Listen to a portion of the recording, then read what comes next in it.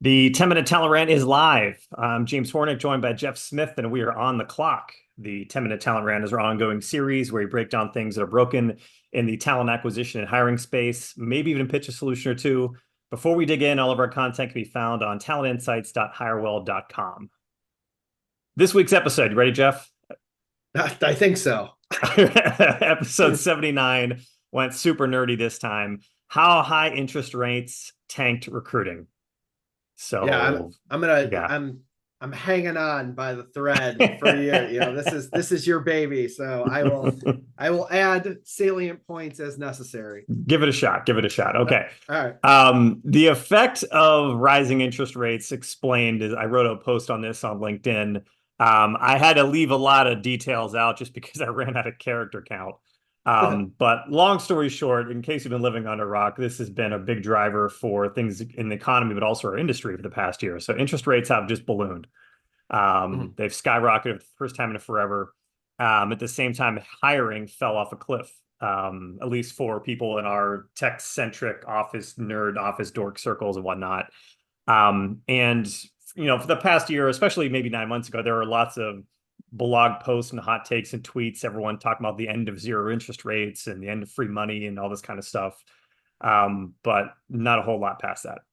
Yeah, I mean, I personify the so like, what does this all mean question. I'm interested, can you dig into like how this translated into a boatload of unemployed folks, at least again in these circles that you had referenced, and then also in like the bucket of these really super talented A+ internal recruiters, and then secondarily a lot of the agency side recruiters. Like, maybe this will explain why some of your commissions have tanked too. Yeah, we'll give it a shot. So I'm going to try to give a primer that Jeff's going to help out with. We have to kind of start small, the basics of interest rates and whatnot. So kind of in layman's terms, and then I want to kind of apply it to kind of our industry and whatnot. High level, higher interest rates are good for savers and they're bad for borrowers. Pretty straightforward. If you have money, you're probably like, cool, I'm actually making something in my savings account for the first time in my life. If Yeah. you don't have money, because if you don't have money, the only thing interest rate's good for is borrowing, and then it sucks.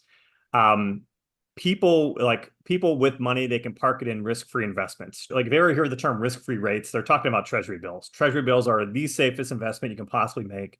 Or then tangentially, like high yield savings account, which are kind of based on that. They're all paying about 5%.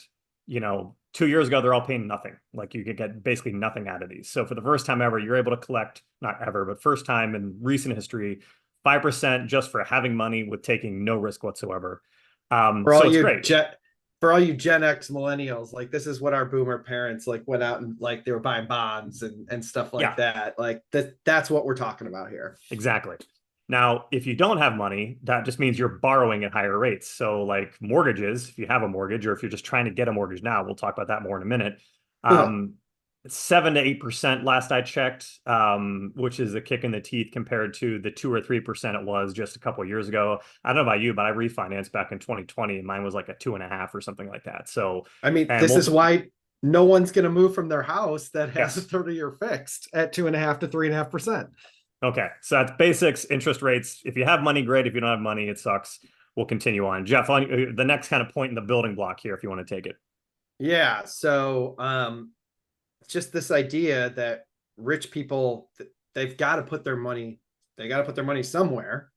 So the persona of a high net worth individual and institution, so like things like investment banks, Supreme Court decided that companies are people too, by the way. Are. These entities don't just put their money into the regular places like I do or you do, stocks, their home equity. Those are the two big two, right? Like, these people diversify and try to make money regardless of the economic conditions. And frankly, that's how they get more wealthy, is they take advantage of these downturns. So many of these products, these investment strategies, have this high barrier to entry for reasons that you just outlined, like buying businesses, art, large real estate transactions, etc. For the purposes of this piece, those are what constitute venture capital and private equity. A lot of times it's just a family office with a Yeah. fancy name.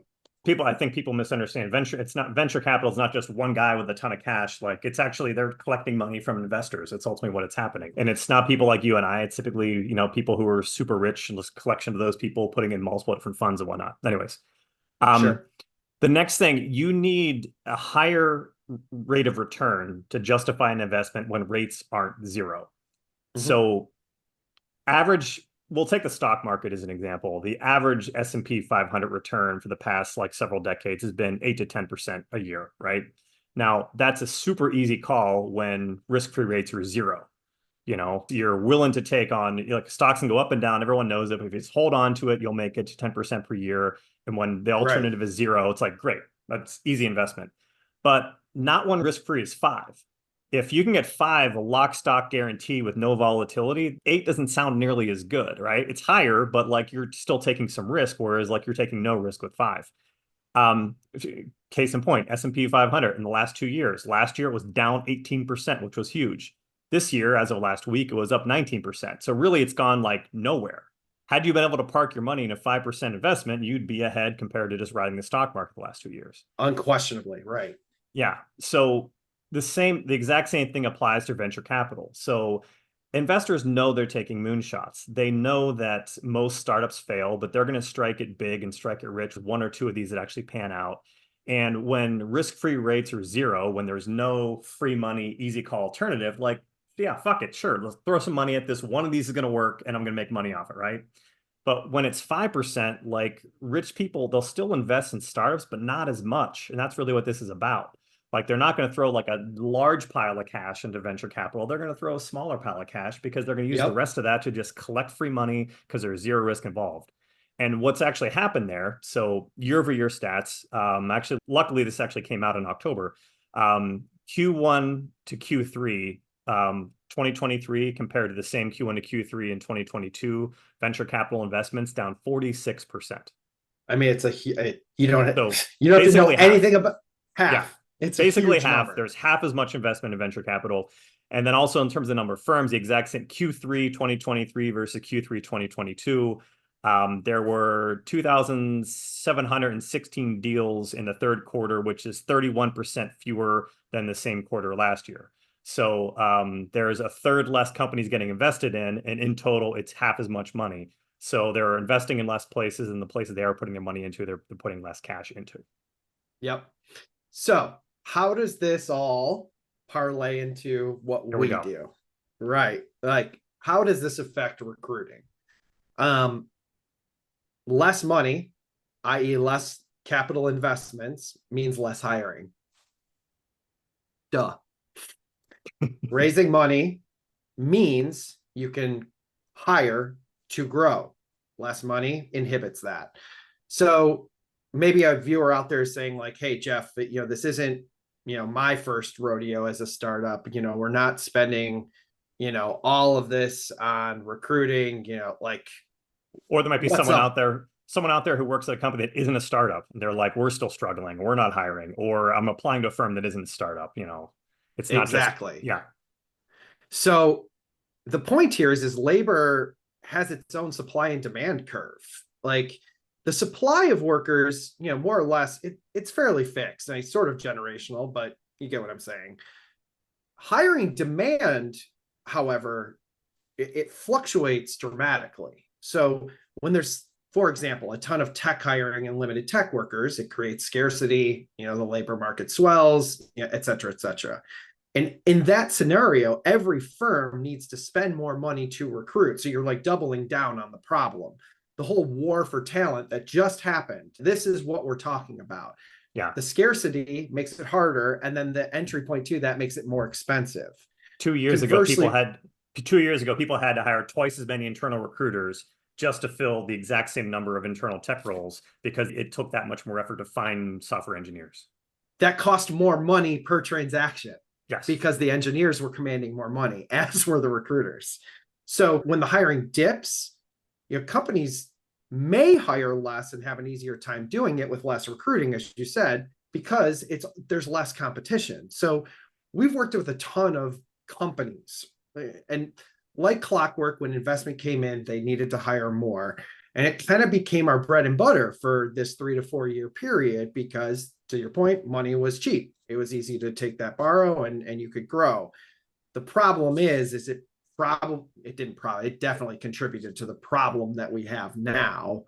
And finally, for this point, those who aren't getting funded aren't hiring as much because they need to preserve that runway, and they have no idea if and when they're going to get additional funding. So when that funding comes in, so did the job. So the corollary is right there. Yeah. So I think that's the point you just said there too. It's like, just because funding used to mean like 100% hiring, we're going to add a ton of headcount. Now it doesn't. Now it means you might not get another round of funding forever. And you have to make this money last, and you have to do more with less, which is a complete kind of flip of what it used to mean. But yeah, we're gonna invest in change management or ops. There's there's a lot yeah. of different things to put the money into, for sure. I remember when I first realized this was going to be a problem, I was talking to a CEO at a smaller startup, and smart guy, thinks he knows everything, like all smart CEOs do. He told me he was going to put their tech hiring on pause for a minute just because he wants to see if he can get some of these. He's like, I have a good feeling there's gonna be a lot of like unemployed software devs coming out of like Google or Meta. And at the time, I thought he was out of his mind. But then like 3 months later, when he's actually hiring these people, like through like not even needing like extra tech help, I'm like, oh crap, like this market, yeah. Smart Suddenly, guy. it's a bad time to be a recruiter. Anyways, Yeah. next thing I want to say too is it's not all about venture capital and private equity. We're going way over in this rant. I don't care. The other aspect too is business loans, which is another huge contributor to it. So, as I said before, debt is more expensive now. People have a hard time affording loans to start a business or financing growth. And anyone trying to get small business loans now compared to 2 years ago is going to get raked over the coals. It's exactly like getting a mortgage. So, I mean, I know from a mortgage as an example, I know a lot of people who are six-figure earners who are struggling to buy a home right now. And it's not just because there's not a whole lot of homes being built, but it's also because like if they can find a place, like the rates are that much higher than they used to be. So, Exactly. I just ran some quick numbers. So I'll make a comparison of mortgages first. So if you were just getting a mortgage, the difference between a 3% mortgage and a 7% mortgage. We'll take 100K mortgage, which everyone in Chicago is going to have way higher than that. But just to give you an idea what the difference is, 3% mortgage will be on 100K will be $422 a month. An 8% mortgage on 100K will be $734 a month. Like that 5% spread is not quite double, but it's significantly more. Change that to like an SBA loan, like a small business loan, right? So like there's different tiers of like what these things are. So at a $350,000 loan, the prime rate is 8.5%. Prime rate of, and just to give you an idea, the prime rate in the pandemic. So right now, 8.5% plus whatever points the bank's going to tack onto it. Prime rate in March 2022 was 3.25%. So the same 5% increase is the last example I just gave you, which makes your monthly payments go up, not quite double, but like pretty significantly. And just to give you an idea, for the past 10 years, the prime rate was always in that 3 to 5% range. So like money is way more expensive now to even just to get a loan on your own if you're going to try to self-finance. So less business financing, less companies growing, less companies hiring, need less recruiters. Imagine the like 50x the investment with double the exposure. Like the amount Mhm. that this like intensifies, the higher the number goes up, the worse. So what do you think is going to happen? So my belief, there may never be a quote unquote time as easy for recruiters. I'm talking both agency and internal recruiters, as there was in the last 10 years until rates go back down, which may never happen. Yeah. I don't know when it's going to happen. That 2021, 2022 demand isn't coming back anytime soon. Salary inflation is going to happen like it was. If you don't think that time period was easy, this is probably the wrong business for you. Yeah, agreed. And I think that, and there's kind of two last points we have. That does not mean the end of the world. That does not mean you can't be a recruiter. That does not mean you have to be successful, but you have to reset your expectations of what it takes to want to do this job. Agreed. You were going to talk a Agents, little bit about agency. Yeah. yeah, agency recruiters. So first up, I'll talk about agency recruiters. Jeff will talk about internal. Um, Agency recruiters are going to have to elevate their game. You're going to have to be better at selling, better at delivering, better at providing a solid experience for your client. I think that agency recruiters could have fallen in the trap of there was so much demand out there that everything came their way so easily that that's just not going to work anymore. You have to kind of reset your expectations. The firms that do everything better will still outperform as the one who don't, but you have to commit to being great at what you do in all aspects, or you're going to have to find something else to do. Agreed. You'll drive yourself crazy. For those of you on the internal side, we feel for you very viscerally, by the way. There has to be a commitment. I personally think, James thinks, to being a hired gun. Look at the tried and trues, create your career and center it around banking, insurance, financial services, healthcare. Like, these are insulated industries that have predictable growth patterns that have they have the liquid to hold larger teams. If you don't go that route and you recruit as a founding recruiter, you have to be ready to kind of be a 2 to 4 year specialist and bounce Yeah. in and out of different firms, industries, etc. The second piece, and something that we've refined here at Hirewell, is you must build a personal brand. People need to know who you are and understand your market fit. Otherwise, you're just going to be kind of thrown into this contract recruiter heap if and when the time comes when you do have to pivot out of whatever internal seat that you have. Yeah. On that first point that you said, I was actually connected with a guy I know who's an independent recruiter working entirely in healthcare, very niche specialty, crushed it this year. He's not having these problems. There's certain industries that No, are just insulated. So that's why I kind of start out by saying everything we're talking about is kind of office door kind of specific. But so yeah, that's your other play, is specialize in an area that's going to be a little more resistant to any of these downturns. So absolutely.